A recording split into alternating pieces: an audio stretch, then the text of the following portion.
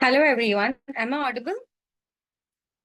Good evening, Yes. ma'am. Yes, you Good evening, ma'am. Yes. Good evening. So I welcome you all for today evening's lecture, and it's going to be a very nice and a very informative topic today.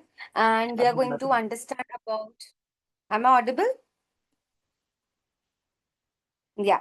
So we are going to understand more about the cardiopulmonary part of the geriatric population. The most common what we see is COPD, congestive heart failure, and surgeries, the post-surgical rehabilitation. Okay.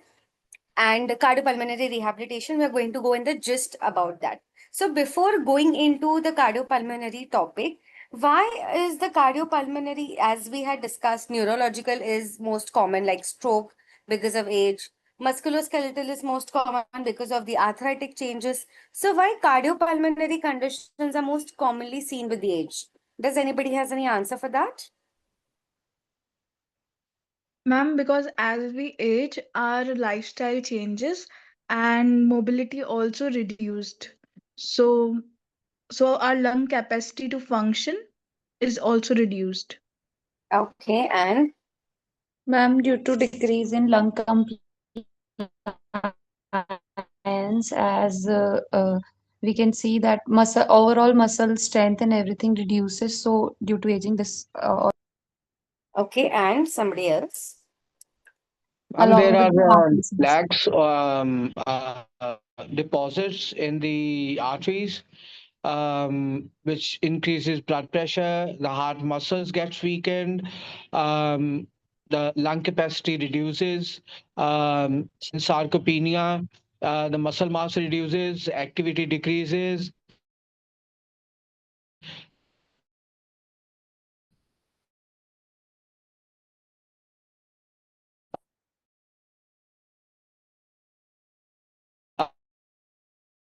All these changes will create a syndrome kind of a situation, vicious cycle kind of a situation, which one thing leads to another, and the other thing leads to, the more comorbid conditions. That's why, in geriatrics, cardiopulmonary complications are there. Very true. Very nice. I think everyone gave a very good answer. With the age, the cardiac load increases. As we know, cardiac muscle is also muscle which keeps beating. With the age, the muscle mass reduces, the elasticity reduces, the amount of the comorbidity increases because of the levels of their lifestyle and physical activity. And also with the help of the family history, many patients start having complaints at the very early age. Okay. So before going into the rehabilitation, I would want everyone to most commonly tell me about the most common symptoms of the cardiopulmonary system. What are the most common symptoms what you see? Ma'am, breathlessness, Very good. And increased cough, yes, cough, breathlessness, Ma'am, asthma. asthma. Okay. Oh, asthma is a condition. I'm asking about the symptoms. Ma'am, early fatigue.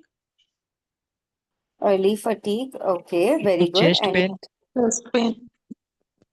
chest pain. Yes. And Ma'am, dyspnea, shortness of breath, dyspnea, shortness of breath. Yes. Cyanosis. And palpitations, palpitations. Very good. Cyanosis. Cyanosis. Very nice. Super. And and also Cupping sometimes syndrome. dizziness and or syncope. dizziness and syncope. Okay, very good. I think almost everyone has answered the major cardiopulmonary system. And now, after you know the symptoms, you know why it is commonly seen. We are going to go to the each and every topic. So first, we're going to start with the COPD. So what is the full form of COPD? Anyone? Chronic obstructive pulmonary disease. Chronic obstructive pulmonary disease. Okay. So COPD is one condition or it has different types? Ma'am, it's a combination of emphysema and asthma. yes, ma'am, it has Combination two of types. yeah. Asthma What? and asthma. emphysema. Asthma and Chronic Emphysema. bronchitis, asthma. Asthma is not the type of COPD, no. Yes, chronic bronchitis is, and Emphysema. emphysema, correct. So chronic bronchitis is COPD is a big term, and in that term we have two types of condition. One is emphysema, one is chronic bronchitis. So COPD, why it is commonly seen in the old age population? First, in COPD we have two types. The major complaints why the pathophysiology happens in the elderly population is your muscle strength, your diaphragm goes for weakness. Second, if they have any addictions like smoking, or they are working in some occupation where they have to inhale the chemical substances, because of that there is a constant inflammation inside the lungs, which can also create more traction inside the tracheobronchial tree and make the airways very stiff, and also causes a lot of inflammation, which causes an increase in the cough production. With the age, also the breathing capacity, the breathing power, the breathing strength, it keeps reducing, and that's why COPD is most commonly seen. So major causes for COPD is smoking, air pollutants like chemical pollutions, genetic conditions. In emphysema, the most common genetic condition what you see is, anyone has messaged? In COPD, exhalation is affected. We'll just come to that 1 minute. So in genetic condition, people who have emphysema, they can have alpha-1 antitrypsin protein deficiency. In such conditions also COPD is very commonly seen. So as you can see in the picture, you see the healthy airways. What is the tracheobronchial tree structure? Can anybody tell me that? Trachea, then it is divided into primary bronchi, then further into secondary and tertiary bronchi and bronchioles. And after tertiary bronchioles? Alveoli. No, tertiary bronchi comes into terminal bronchi, then respiratory bronchi. From the respiratory bronchi, it comes to the alveolar, then it comes to the alveolar sacs. Please make sure that you know the tracheobronchial tree very properly. So as you can see in this picture, the healthy airways, as you know, airways are elastic in property. Our lungs are like balloon. They have to take in the air and exhale the air. As you know, inspiration is an active process. Expiration is a passive process because of the elastic recoil of the lung. As you know, there are smooth muscles in your alveolar lining and also your bronchial tube and the bronchial tree, which will help your lungs to expand. In COPD conditions, because of the constant inflammation, the bronchial tube or the bronchial tree elasticity goes for breakdown. There is a alveolar membrane disruption. They constantly break down. As we know, inflammation has different signs. So in lungs, the inflammation always comes in form of excessive mucus production. When these mucus is too much produced, they fill inside the alveolar sacs, and because of which the oxygen exchange becomes difficult and the person will feel breathless. Everybody clear? Any difficulties? No, ma'am. No, ma'am.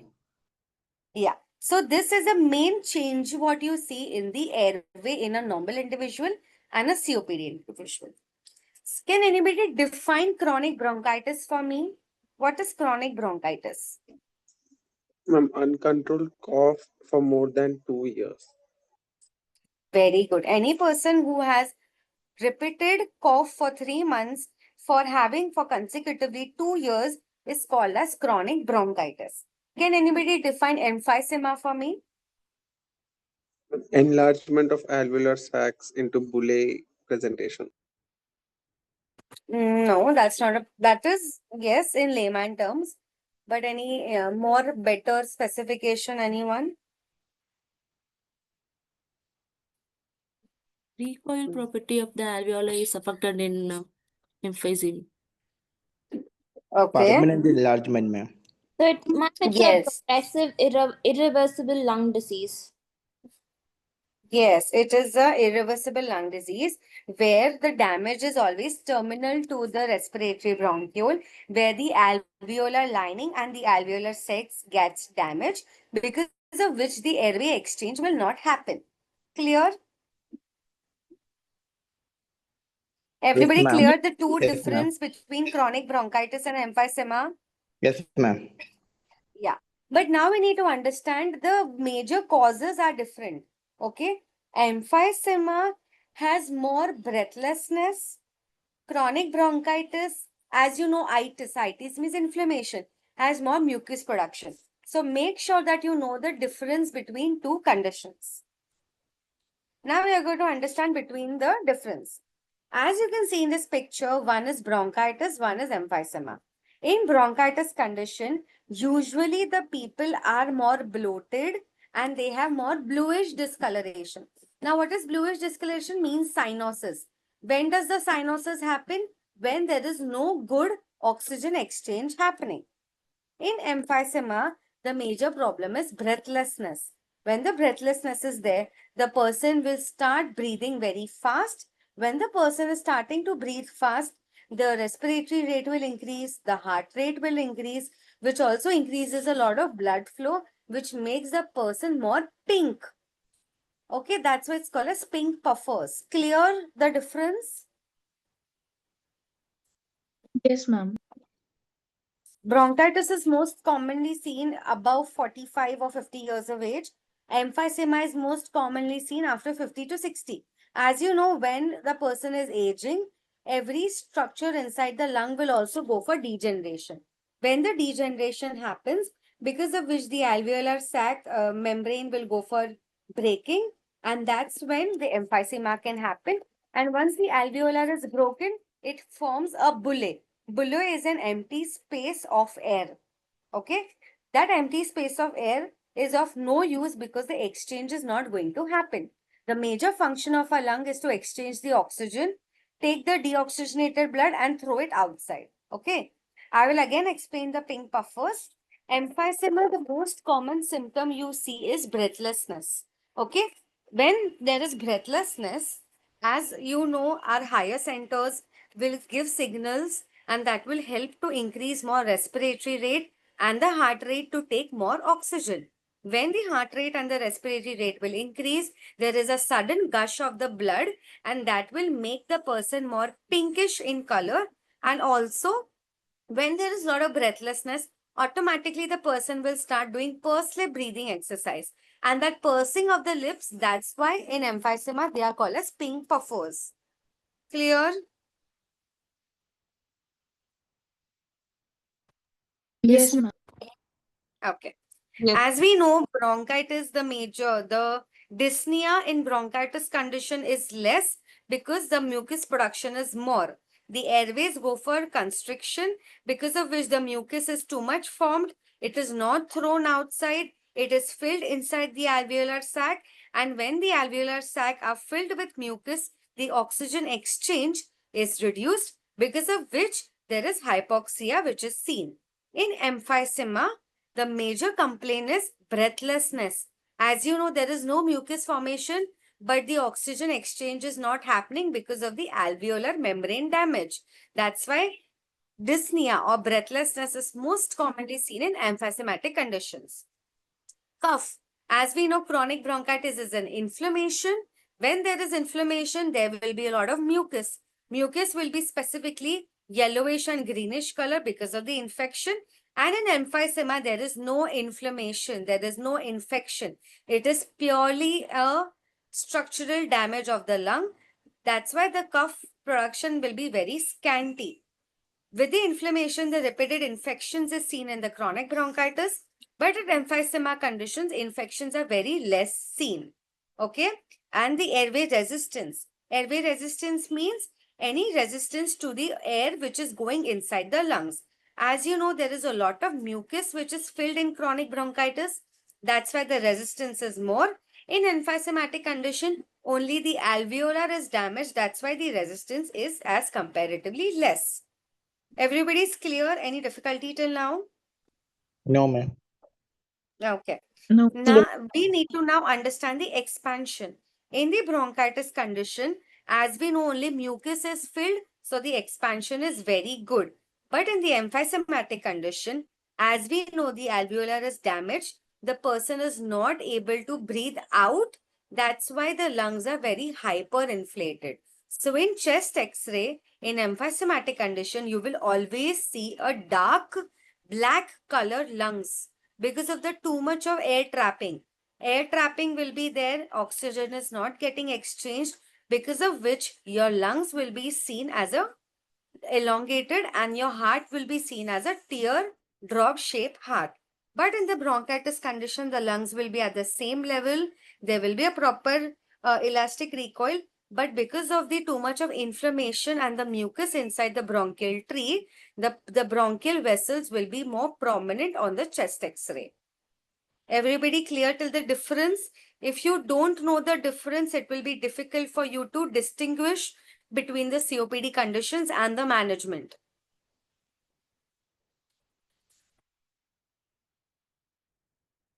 Clear? Yes, Yes, ma'am. ma'am. Clear, ma'am. Okay. No problem. Now we are going to understand about the COPD pathogenesis or pathophysiology. Now we have discussed about the most common two conditions, chronic bronchitis, emphysema, the risk factors, what happens, the definitions, and the difference. Now we are going to understand what changes happen and why do they happen. As you know, there are two types of pathogenesis factors. One is genetic and one is environmental factors. Genetic, any person who has alpha-1 antitrypsin deficiency may likely chances to develop emphysema. A person who has a genetic component of COPD or has a constant addiction of smoking or vaping or working inside a setup where there is too much of pollution, there are increased free radical formation. Now, what are free radical? Free radicals are ozones, O3s, O2s, which causes a lot of damage inside your lungs. They inactivate your lung protein to expand, and which makes the lungs ability to expand reduce. When there is a lot of free radicals inside your lungs, there is a constant oxidative stress. Now, what is oxidative stress?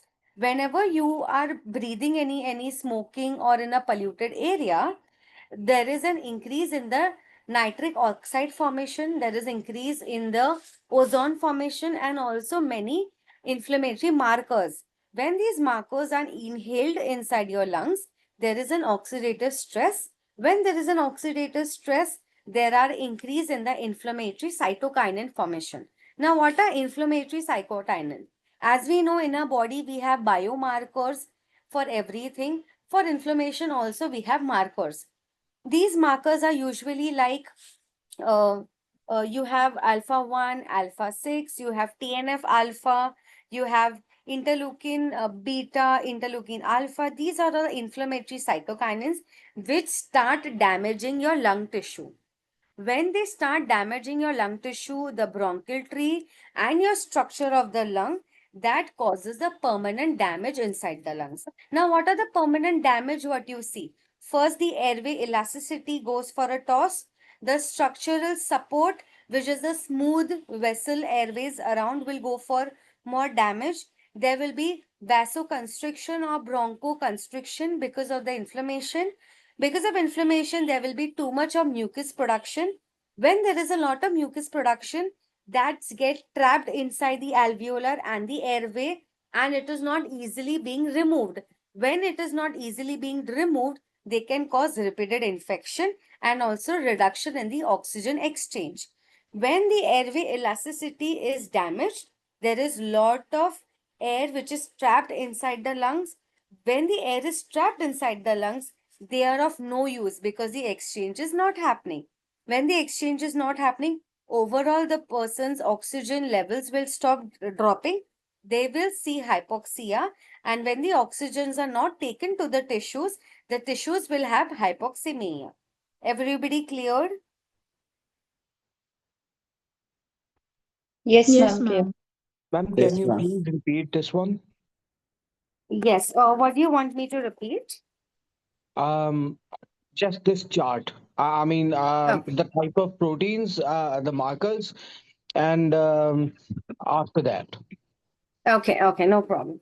So whenever the person has any genetic component or the environmental component, when the person is constantly smoking or is in the polluted environment, there are a lot of free radicals. There have a lot of substances which can start damaging your lungs. When these free radicals, nitric oxide and ozones have been inhaled by the person, there is a lung inflammation cycle which has been triggered. When there is a lung inflammation cycle which is triggered, there is an increase in the oxidative stress and the inflammatory cytokinins. These oxidative ozones or O3 radicals and the inflammatory cytokinin start damaging your bronchial tree and the structure of the lung. When the bronchial tree is damaged, there is increased in the mucus production. There is a constant bronchoconstriction because of sudden attack on the lungs. When the lung parenchyma is damaged, as we know, lung parenchyma has the smooth muscle around the airways that starts getting damaged, because of which the elasticity is gone.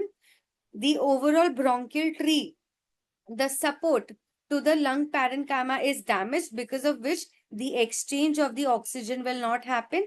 Also, the alveolar membrane, the covering of the alveoli also is getting damaged, because of which the alveolar will stop exchanging the oxygen, because of which the person can have hypoxia, person will feel breathless, they will have increase in the mucus production.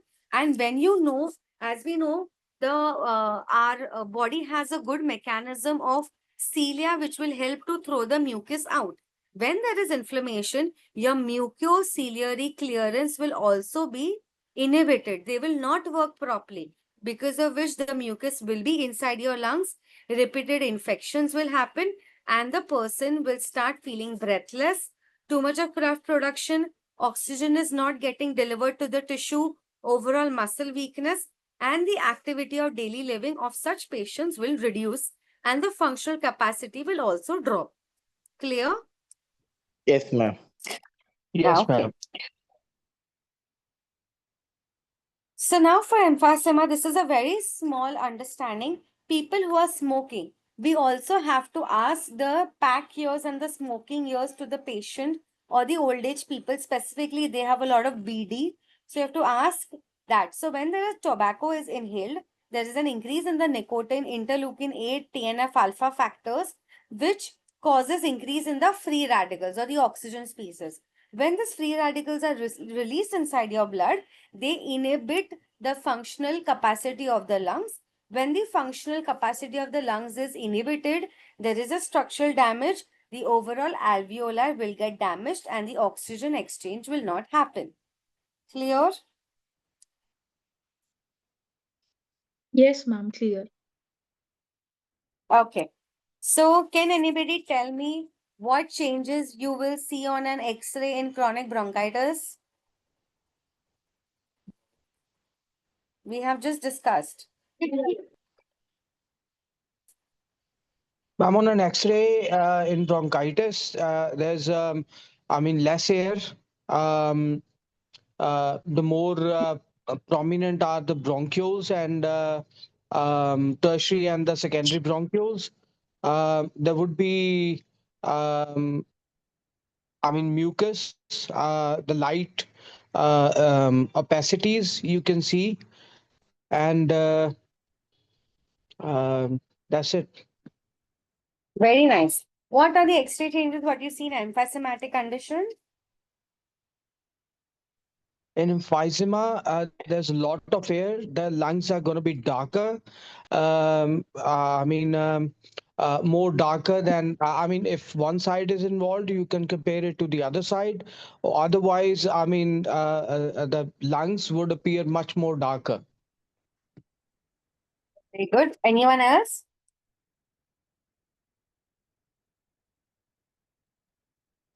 So hyperinflation is very common. Chronic bronchitis, there will be lighter side as there is infection, and whereas in emphysema, there will be darker side as there is no infection.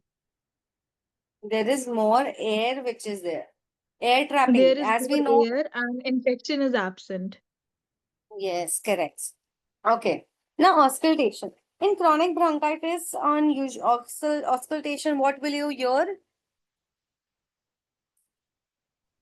In emphysema, they're gonna resonate because there's too much air in the lungs, and there would be dull sound in bronchitis because there is mucus infection, consolidations, all those things.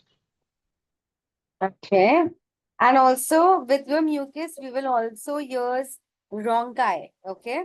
Please make sure to understand the difference between bronchi, wheezing, and stridor. In emphysema, what will you also what will be your on auscultation?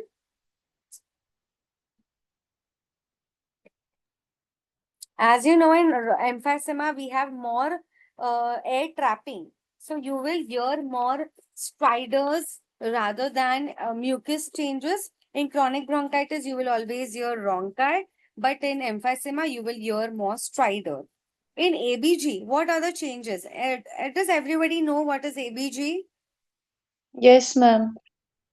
Okay, so what changes would we usually see in ABG in COPD conditions? Ma'am, as the air is not getting like in emphysema, the air transfer, or we would say the exchange of air is not proper. So in blood, there will be more CO2, and therefore more acidic condition would be there. And in the other bronchitis, it is because of the mucus presence, the air is not getting like to the blood, so therefore more of the CO2, less of the oxygen, more of this acidity. Yes, true. So partial pressure of the carbon dioxide will always be higher, and the partial pressure of O2 will be less in COPD conditions, and the pH will also be less because it's an acidic environment. PFT. What is PFT, anyone? Pulmonary function test. Pulmonary function test. So what are the major changes what you see in pulmonary function test in COPD patients? Ma'am, pulmonary function test is, as far as is done on the Inspiratory basis of exhalation, on the basis of exhalation pressure and inhalation the patient is able to do. So it will be decreased. I mean, the expiratory reserve volume and everything would be decreased. I mean, Okay, and emphysema, there would be more residual capacity, and in bronchitis, I mean, in broad terms, there would be low tidal volume, inspiratory volume would be reduced, and expiratory volume are, I mean, I don't remember that much, but expiratory and volume is decreased in both the cases. okay. Yes, it is true, but we need to specifically focus on according to PFT value.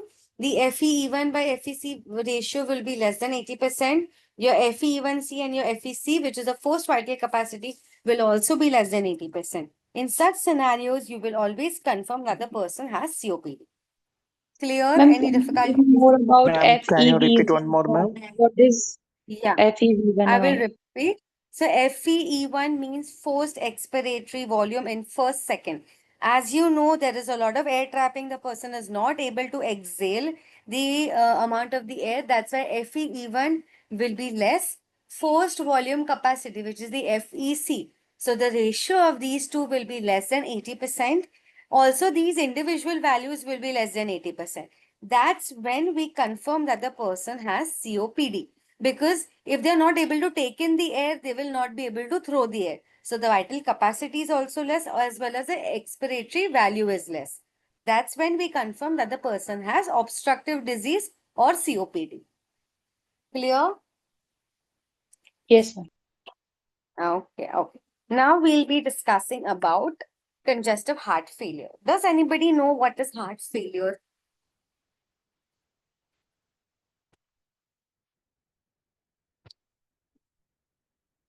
When heart is unable to pump more. Okay. Perfect. Anyone else? Good answer. It's correct. It's not wrong.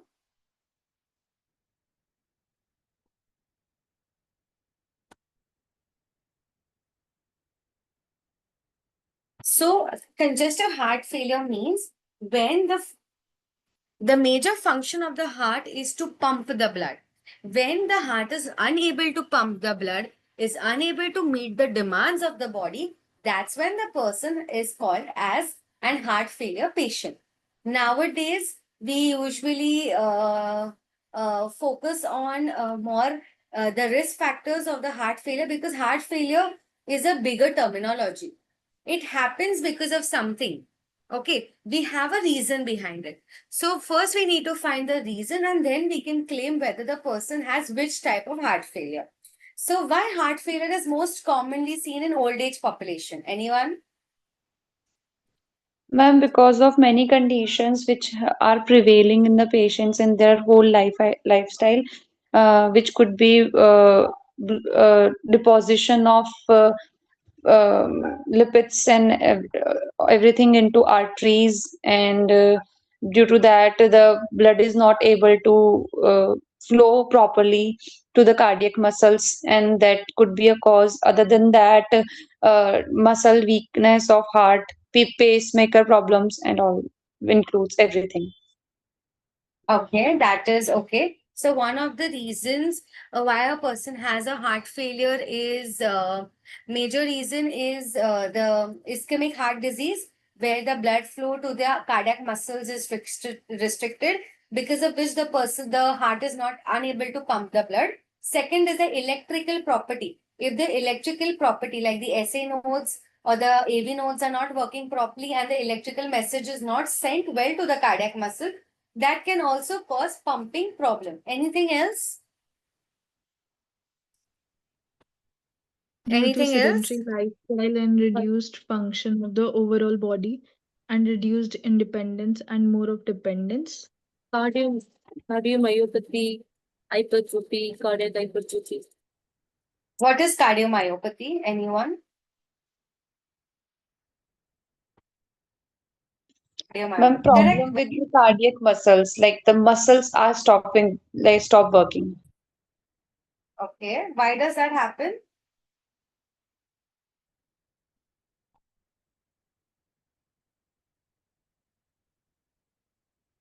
Either Ma'am, because of high blood pressure and atherosclerosis.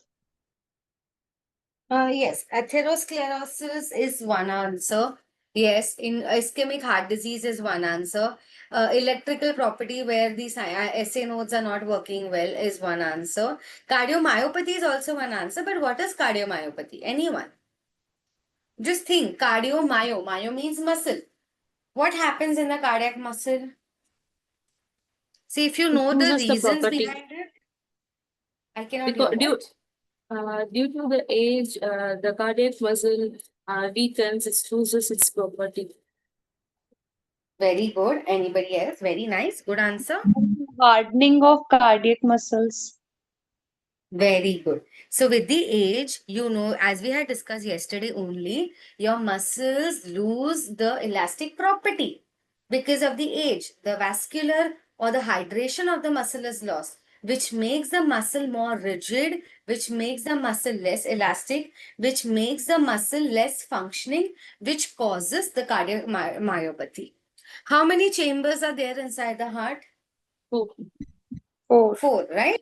Four So as we chambers. know, the major function of one of these is the left ventricle.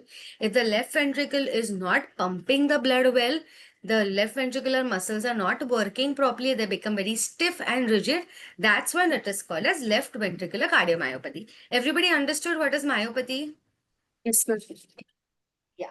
So now we are going to describe each and every condition, and we'll understand that how the heart failure happens. Okay. So now first we'll go with different types of heart failure.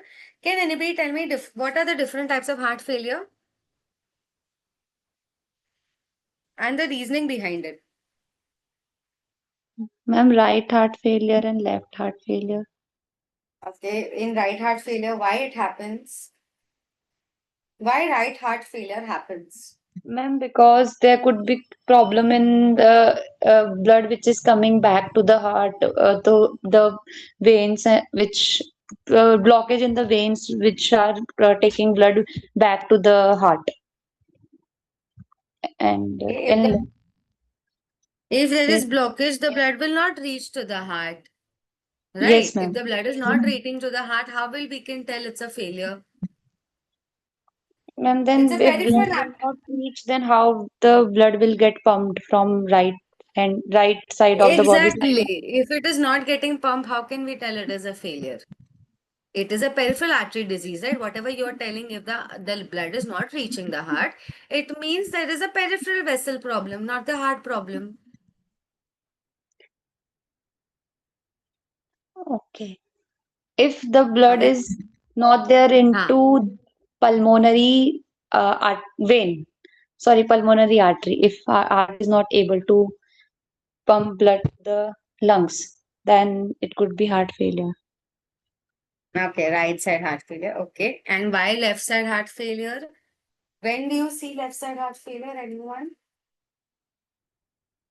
If there is problem Pul- into pulmonary Pulmonary embolism. blood to Conge- from lungs to heart, left side, then it could be Yeah. pulmonary heart. Okay, correct. So we have two types of heart failures. We need to first understand the signs and symptoms, and then we can go to the pathophysiology. So when you know the heart muscle is not working properly, when your right ventricle, first we'll go to the right side heart failure. When the right ventricle is not working properly, it could be because of any electrical issues, it could be because of any cardiomyopathy, it could be because of ischemic heart disease. Imagine the right ventricle is not getting blood from the right coronary artery. The right ventricle will not work. Right ventricle will not throw the blood to the pulmonary artery. And when the pulmonary artery will not get the blood, the lungs will not get the blood. So all the blood will start getting pulled inside the right atrium and the superior and inferior vena cava. When the blood is getting pushed back, there is an increase in the fluid load in your other organ systems like hands, legs, or liver, or any gastrointestinal system. When the blood is not reaching well to the heart, that's when the person has right heart failure. So if you see a person who has bilateral edema, breathlessness, sudden palpitations, or the person is feeling dizzy, a person has reduced heart rate, the person has less oxygen, SpO2 levels, you should always correlate that the person might have a right side heart failure. Left side heart failure is seen in condition where your left ventricle is unable to pump the blood to the aorta.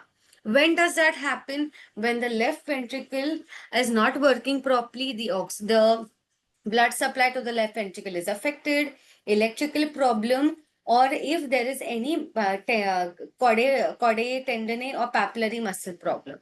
In such conditions, the aorta will not get the blood, the entire body will not get the fresh oxygenated blood. The amount of the blood will keep increasing in the left atrium and the pulmonary veins and the lungs, because of which there will be a lot of fluid load inside your lungs, which will make it very difficult to breathe, because the lungs should have oxygen and not water. And in such conditions, there will be decrease in the cardiac output, and the cyanosis will happen, and also hypoxia happens. So these are the most common symptoms what you see in heart failure. Always distinguish the symptoms with the help of history and the signs and system, and then you can understand which type of heart failure is there. Clear? Ma'am, can you repeat one more, please? The Yes, right side yes, no heart problem. failure, ma'am. Right side heart failure? Yeah, ma'am. Okay. The formation of edema, like that area. Yeah, no problem. I'll tell. So imagine, I'll give an example. Imagine your right ventricle is not taking the blood. So the blood will come from the inferior vena cava to the right atrium and the right ventricle. So right ventricle is not pumping the blood ahead to the pulmonary artery. So entire load will come to the right atrium. Then right atrium's capacity is done. It will throw the blood back to the vena cavas. When the vena cavas are also saturated, they will throw the blood back to the organs. because as we know, the vena cava gets the blood from the different organs and the head. When the vena cavas, the capacity is done, they will start throwing the blood again to the system. And when the system, there is an increase in the fluid load, the fluid will start getting deposited inside the spaces of the body. Spaces means like liver, gastrointestinal system, the hands and legs, there will be a lot of edema, because of which there will be a lot of liver congestions and the peripheral edema which is seen. Clear? Yes, ma'am. Yes, ma'am. Clear. Okay, no problem. So everyone clear to the types of the heart failure, signs and symptoms? Yes, ma'am. Yes, Okay. ma'am. Now we are going to understand about the pathophysiology. So heart failure, pathophysiology, first we have understood the risk factors. If there is any myocardial injury, now what do you mean by myocardial injury? Injury can happen when there is less blood supply, when there is any external trauma, or when there is electrical problem, which causes a reduced cardiac output. End of the day, whenever there is any heart problem, the cardiac output will be compromised. Yes or no? Yes, ma'am. Yes, Yes, ma'am. ma'am. Yes. So when the cardiac output is less, in our body, we have a good system named as a RAS system, which is a renin-angiotensin mechanism or the system. Okay. When there is a reduction in the cardiac output, as we know, the blood is not reaching to the body, kidneys will get less blood. When the kidneys get less blood, there will be reduced kidney perfusion. Now, what is perfusion? Means the kidney functions will be compromised. When the kidneys are not able to filter the blood, that's when your RAS system, which is a renin-angiotensin mechanism, will be activated. When this renin-angiotensin mechanism is activated, your body will get the response to increase the heart rate. Because the cardiac output is less, so what will your body do? They will increase the heart rate so that the blood is being thrown. When there is increase in the heart rate, there will be increase in the vasoconstriction. समझो left ventricle को blood को throw करना है तो उसको constrict करना पड़ेगा, right? When there is increase in the heart rate, your left ventricle has to throw the blood to the aorta, and the aorta will vasoconstrict because it has to throw the blood. When there is an increase in vasoconstriction and increase in the heart rate, the left ventricles or the right ventricles will have more load. When there is increased load on any muscle, they will undergo hypertrophy. Whenever we go to gym, we lift weights, our muscle goes into hypertrophy. Again, our heart muscle is also a muscle. When there is increased load in the left ventricle or the right ventricle, there will be lot of hypertrophy. When there is a lot of hypertrophy, again the muscles will not work properly. The amount of the blood coming inside the ventricle will be less, and that can also cause heart failure. Clear? Any difficulties? No, ma'am. Clear, ma'am. Okay. Everybody understood the heart failure definition, types of heart failure, how to understand the symptoms, and the pathophysiology. Yes, no? Yes, Yes, ma'am. ma'am. Okay. So now when a person comes to you with the complaint of breathlessness or anything for that matter, please make sure to ask the history properly. You need to understand where the breathlessness is coming from. Is it coming from the respiratory cause or the cardiac cause? Always check the investigations thoroughly. You have to check the X-ray, you have to check the PFT, ABG values, you have to check the cardiac biomarkers if they are available. You have to check the ECG if it is available, and also 2D echo. In 2D echo, you will always understand whether the person has heart failure or not. There is something called as ejection fraction. What is ejection fraction?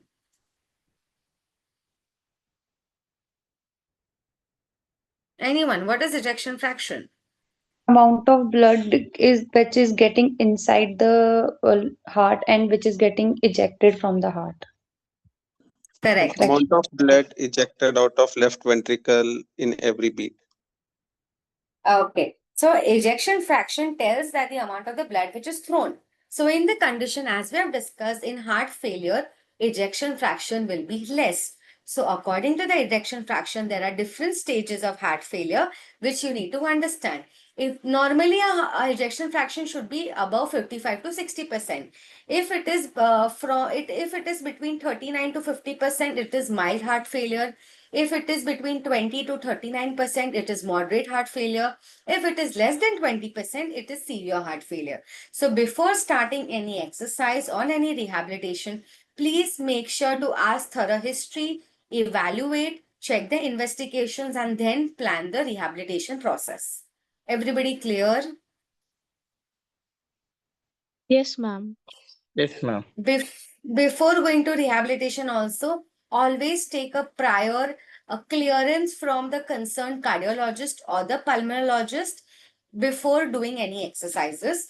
Please check their medicines also, because many medicines mimic the heart rate. Many medicines have an effect on the exercise. So before starting any exercise, please check the medicine list. Also check the patient's physical status, and also see whether the person needs an O2 support or not. Clear? Yes, ma'am. Yes, ma'am. Yes, ma'am. Ma'am, can you tell which medicines may show the increased heart rate? Any examples? So there is no medicine which will increase your heart rate. There are medicines which are available to decrease the heart rate. Okay, like beta blockers. Okay, so beta blockers is one of the medicines which masks the elevated heart rate. If the person is under a beta blocker, a person who has hypertension, or the person who is taking heart rate medications while exercising, normally the heart rate should increase. But when a person is under beta blocker, the heart rate will always be less. In spite you're doing so much of exercises, the heart will not increase. That's when we'll start pushing the patient. But if the patient is getting very tired, you will never see that on the heart rate. So always check for their exertion level, always check their rate of perceived exertion rather than checking the heart rate. Okay? Yeah. So now we'll be understanding about the rehabilitation, what do we do? Excuse me, ma'am. Yeah. How do we decide on the rate of perceived exertion? We don't decide, the patient will tell us. So there All is a right. scale of, yeah. All So there's a scale of RP which comes from 6 to 20. 6 means there is no breathlessness, no exertion. 20 means the patient is so exerted that he cannot even, or she cannot even turn inside the bed. So while doing the exercise, you have to ask their exertion level. And this exertion level is available, the scale is available on Google. You can take a printout and you can explain them while exercising. So if you feel that the person has undergone a surgery, or the patient is at a very critical condition, your levels will be between 6 to 8 to train the patient. If you feel the patient is stable, then you can take the exercise up to 11 to 15. So depends on the patient, you have to decide the levels of the exertion. right, ma'am. Yeah. So Ma'am, just how do we differentiate between it is because of the cardiac issue, or is it because of the respiratory issue? with the investigations, with the history and examination, it's very easy. If if it's a cardiac issue, there will be definitely any of the cardiac sounds which will be in problem. The person will have a difference in the ECG and the 2D echo levels. If it is because of the breathing difficulties, again your lung sounds will be affected, your chest expansion will be affected, your ABG PFT values will be affected, and the X-ray will show a lot of changes. So with the investigation, you'll understand whether which is the problem. Okay. So after coming to the investigations and examinations, you have to create a rehabilitation process. So in GIST, we'll discuss this. So cardiac and pulmonary rehabilitation is a supervised exercise program that involves patient education, nutritional counseling, stress management, smoking cessation, lifestyle changes, and undergoes specialized physical activity and exercises. With these help of exercises, the patient will make the lungs and heart stronger, which will make the quality of life better, and that will make the person's Breathing difficulty, little better. So who benefits from the rehabilitation? In cardiac conditions like PTCA, congestive heart failure, CABG, heart attack, valve replacements or ports, transplants. In pulmonary conditions, COPD, asthma, bronchiectasis, ILD, cystic fibrosis, any occupational lung disease or connective tissues. So as we have mentioned, you have to check for vital assessment, higher mental function, all the musculoskeletal, neurological, circulatory examination. Always check for their BMI, blood values and investigations, and always stratify the patient into low, moderate and high risk. After that, do an exercise testing or the functional capacity testing. After that, only start any exercise procedure. So there are four types of cardiac rehabilitation is what we need to understand. Phase 1 is when the patient is in the hospital, in the ICU or in the post-surgical unit. Now, post-surgical unit is a very important component what we need to discuss. In geriatric population, the most common surgical processes, what happens is any thoracic surgery or any abdominal surgery or any musculoskeletal surgeries. Which are the most common thoracic surgeries what happen in the geriatric population? CAB. CABG, yes. And CABG is one. Any lung surgeries or any traumatic surgeries if in layer in the thorax. In the abdomen, the most common is Whipple's procedure or any gastrointestinal surgeries or pancreatic surgeries. These are the most common surgeries, and in musculoskeletal surgeries, it could be because of fracture. So these are the most common surgeries what happens in the geriatric population. So in post-surgical unit, specifically, we need to focus on few things like investigation inside the ICU. Now, what investigations which we will do in the post-surgical ICU? Or what observations what we will do, anyone?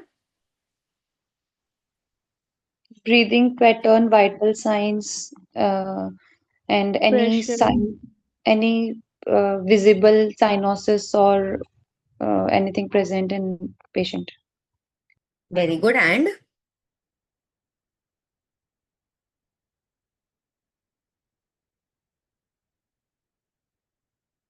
Ma'am, we will also see the functional oxygen capacity also. how will you check And the that in color the of the ICU skin. or in post-surgical ICUs or the patient? How will you check the functional oxygen? ABC. Okay, and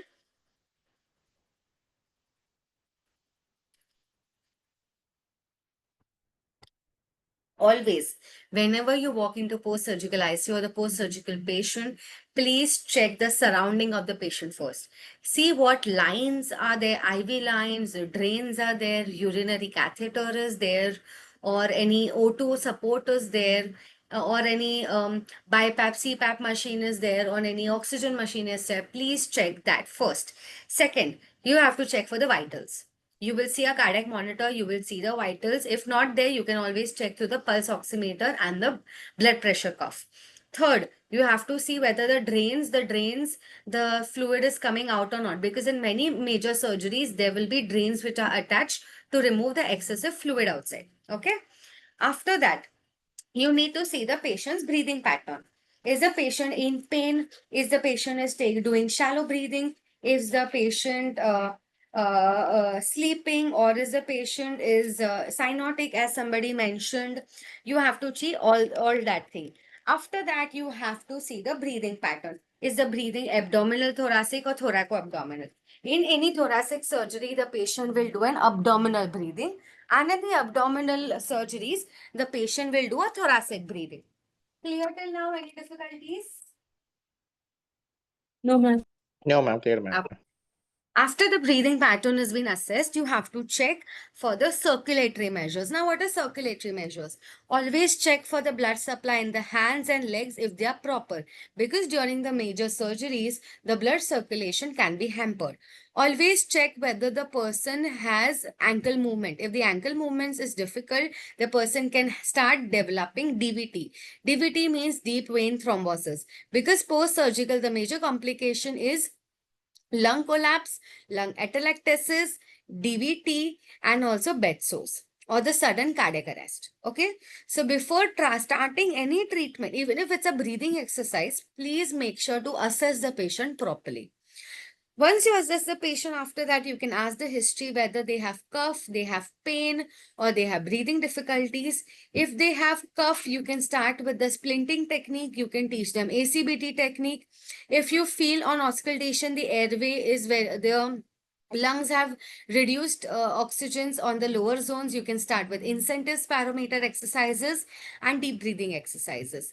If the surgeon has given a clearance to mobilize the patient, you can start with in-bed exercises, upper limb, lower limb exercises. Please make sure that the drains are not pulled, the IVs are not pulled. Once you make the patient do out-of-bed exercises with the help of the sisters, nurses, or the caretakers, you can hold the drain and make the patient walk. But always take the permission from the surgeon, because if there are very big, massive abdominal surgeries, the bed rest is a major thing what they tell, because the sutures can open. And always teach splinting technique to such patients.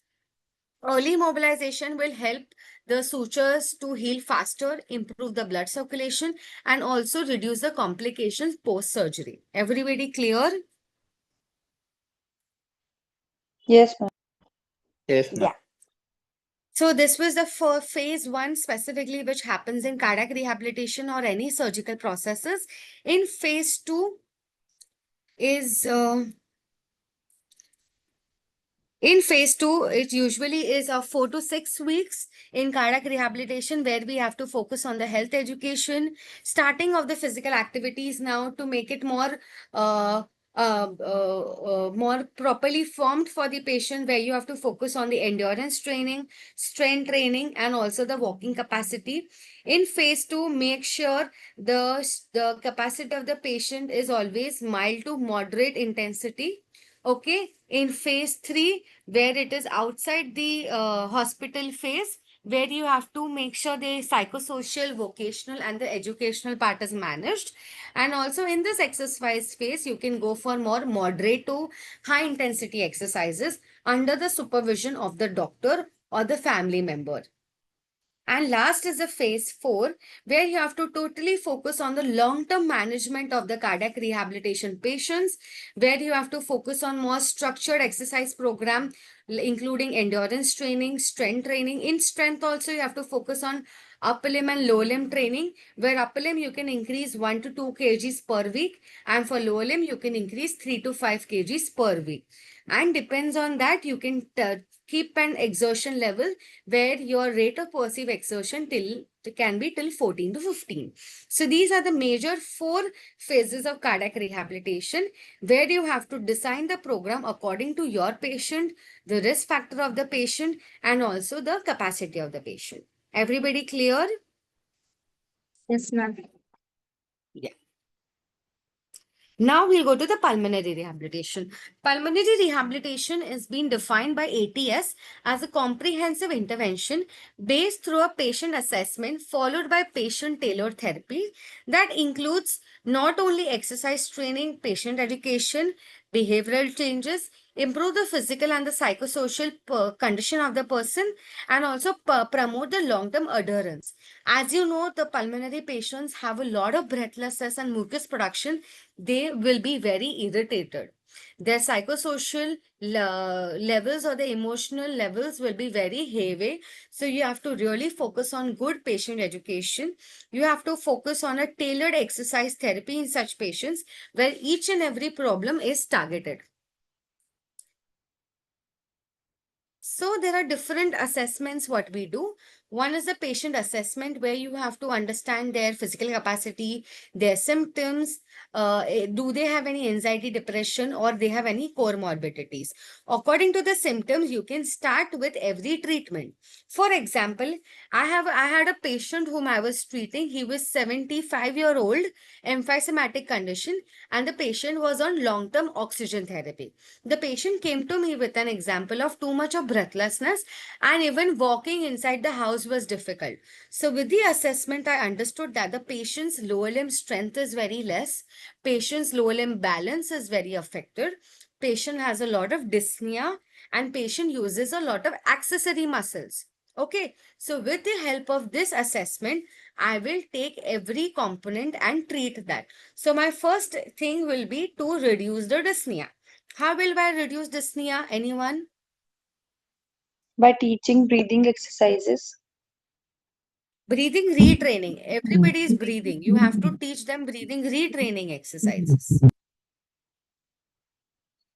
How do you retrain breathing in COPD By conditions? active cycle of breathing technique, by huffing, coughing, forced expiratory technique. You reduce dyspnea with ACBT? No, by Relaxed diaphragmatic. Relaxed positions, ma'am. Yeah, you will start giving dyspnea relieving positions. You will start giving pursed lip breathing. You will start the person to do diaphragmatic breathing. As I mentioned, accessory muscle usage is more. So focus on such breathing techniques. Second, I will start training their upper body and lower body. If you know the patient is on oxygen, never start with weight training first. Start with the free hand exercises. Start with the basic body weight exercises.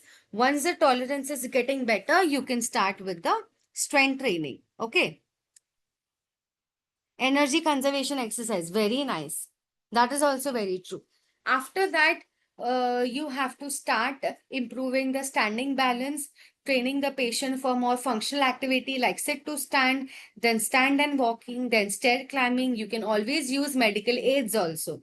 If you know the person has a lot of mucus production, you can use different techniques like ACBT, autogenic drainage, and also the mucus removal devices like Flutter, Acapella. Those will also help to remove the mucus. So depends on your patient problems and patient condition.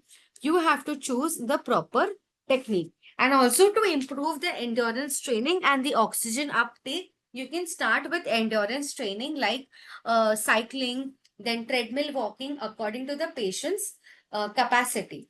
Okay.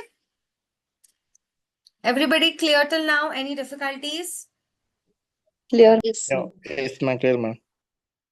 And last in pulmonary rehabilitation and cardiac rehabilitation is lifestyle modification.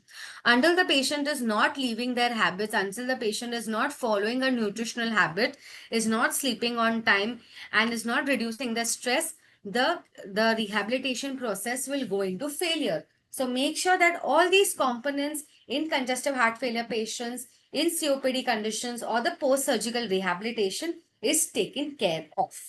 Can anybody tell me the two types? Are there any types of incentive spirometer? Ma'am, volume based and in Based and flow based. flow based. Flow based. Okay. How will you differentiate? And which is the most best one? Ma'am, in cases of pediatric or geriatric patients who are difficult to seeing and reading the values, flow based will be easier. And in patients where we want acute readings of the volumes that they are inspiring, we would say volume based. Okay. Very true. This is one of the good differentiation to choose, but always go for a volume-based parameter because it is more accurate. That will tell you the exact lung capacity, how much the person is able to take. Flow is very momentarily based. They can use momentum. They will do a deep breathing with the accessory muscle and take in the air, and the balls will go up. But in volumetric, you need to create a resistance, and after that only the coacher will go up. So make sure that whenever using incentives parameter, always go for a volumetric rather than the flow based. If the capacity is very poor, then you can start with flow based, but your target should be the volume based incentives parameter. Clear? Yes, Yes, ma'am. ma'am. Yes, ma'am. Any difficulties or the lecture was good? Ma'am, Lecture I was have good, ma'am. Yeah, you have doubt, you can ask. Yes, yes. to discuss like